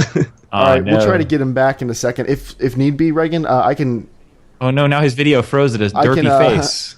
Oh, he's gone. I can call his telephone from Skype and Skype him back in that way if he's truly offline. Let's see. I'll text him. I can't. Yeah, I can't get him back on this. But okay. Well, Dave, what's your most inappropriate comment this week? Yeah, well, basically the game is still in pre-alpha and will be for a while, so they're still defining the core concepts that are going to make up the final result in the survival game. And occasionally I like to go to Brian Hicks or Dean Roccat Hall's Twitter pages and just look at the replies they get to unrelated tweets. Brian was posting about like a TV show or something he was watching. Brian Hicks is a producer on DayZ, and someone replied to his innocent tweet about a television show with, "Hey, add raping to hardcore servers, please." And it was even better because the next day, after getting no response, he followed up with a second reply to that same tweet. "Hey, take me off your block list, you arrogant twat." Oh, man. And I mean, as DayZ players, you have probably already seen some of the articles that were posted recently where I don't have enough context, and nor do I really want to wade into that into that discussion. But there's already some controversy about DayZ in that regard. Good God. Don't be such a jackass. That's awful. But only on the hardcore servers for the people with the real DayZ. I quit the internet. I quit the internet because of this comment. Goodbye. But it's one of those things where there are some players who have already attempted to perform virtual rapes, you don't need to give them the ability to like have an animation or an action. Like they're already trying. Don't give them ammunition. I'm only laughing because it's so horrible. People are like, terrible. I just don't. Who said I was like, but not on all servers, just hardcore servers for the people who want the real game. Because we're us hardcore gamers, us real core gamers. We want that kind it's like, of thing. I speak for the people, right, guys. Yeah. And then Does anybody else love rape? I mean, come on. The fact that it was a reply to a completely unrelated tweet, and then he got indignant that he got blocked over it. Just everything about that was just horribly fantastic. Do you think we'll be able to get Shane back for the very ending, or are we going to have to go without him? Here, let me see what I can do. Can you try calling me again now? I'll try to add him to the group call.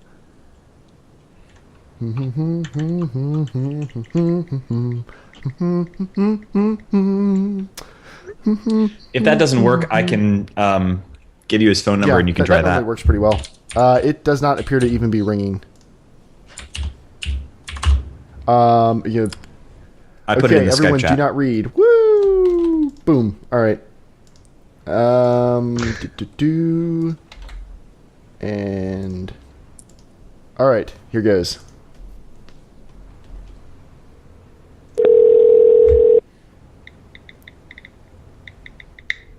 I feel like we're like a prize show here or something. Do you know what you've won? This is good radio right here. Well, I'm texting with him. Yes. Hi, Internet. Anybody know a good joke? Hello, Hi. Shane. How's Hey, it going? Shane.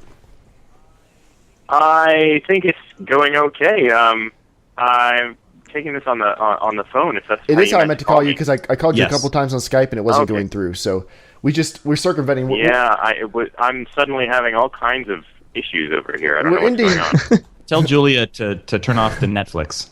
Yeah, I'm telling her she's binging on Breaking Bad in the other room, and I think it just That's- hit me in. That's the problem in my acceptable. household. I call it the Grey's Anatomy bandwidth drop. Okay, yes. Oh, boy. What? Oh, What is your with wife that? too? She's rewatching all the seasons. It's always behind me. No, wait, hold on. Wait, Jeremiah, pause. No, it's happening right Your now. wife too. Just through that You door. I watching can Grey's hear it. Anatomy? Don't give me that look. Everyone here, all their wives apparently watch this show. I was watching 24. Oh, she was watching 24. She's very indignant. Okay, I well, love that's better. you. He's making all this up and talking to a poster on his wall. No, Dave's met her. She's real. Okay, but as we wind the show down, Shane, we wanted to call you back just so you could be a part of the ending. If people want to come find out about the short game, where can they follow you guys? You guys have a Twitter. Yes. So first off, probably the easiest way to find everything would just be to come to our website, lovingly crafted at theshortgame.net. So you can type those characters into the address bar of your web browser. You can also Google us, but the problem is that there is a prominent documentary on Netflix about children playing golf that is called The Short Game. So you'll find that, and if you scroll down a bit, I promise you'll find us. You can also follow us on Twitter, where we try to be as active as possible. We are at _shortgame. And my personal Twitter, where I also tweet about games I'm playing and what's going on with the show, is Reagan K. I spell that funny. I'm RayGank. Shane? Yes, you can find me on Twitter as well. I'm at 8bitshane. 8BITSHANE. Yep. Well, All thank right. you guys. Now, how do we find you guys on our 32-bit cable Yeah, box what time plugins? do Can we we have stream to you have guys it through on that? to? You have to leave your Twitter box connected to your cable at 4:58 p.m. on a Thursday, and you should receive our download. That will overwrite the last one, though, right? Yeah. And if you don't get it, call your cable provider. Only $69.99 a month. That's a steal. Thank you guys for joining us. Thank you very much. You're awesome. Thank you so much for having us. Yeah, This you guys was are a a lot of fun fun, show. and I hope your podcast goes very well. Yeah. And we shall have to have you back on at some point Me in the future. too. We'll wait till you get All right. fabulously That'd be awesome. famous, and then we'll have you back on so we can just pimp it out. Exactly. Ride that train. We love them coattails. But thank you guys for coming out. You can follow us. You can write into casualshenanigans@gmail.com to be a part of the show. You can also tweet at casualshenaniga because we hit the character limit on the Twitter name after we picked the name. Yeah, we did too. We were going to go for the short Way game too long. podcast. Oh, Podca. Yeah. The Boston one. The That's short us. game podcast. The short game was taken once again by something related to golf. But yeah, and then you can follow us on YouTube, Evil Viking 13, JERMgaming, or on Twitter, Evil Viking and JERMgaming. So thank you guys very much for coming out. You can also you can listen to Casual Shenanigans Gaming on Stitcher Radio. So if you are a Stitcher fan, we are on Stitcher. So I don't personally use Stitcher. We have to figure that Stitcher You just thing go out at some submit point, an Shane. RSS feed to them and fill out like 3 questions, and then they send you an email that says congratulations, and you have to Nice. promise to mention it at some point on the show. So there it is. There you go, Stitcher. But thank you guys very much for coming out. Thank you everyone who joined us live in chat. And next week we'll have a very special post E3 wrap-up show. So thank you everyone for coming out. And as always, what do we do, Dave? We slap No. a seal. We stay casual.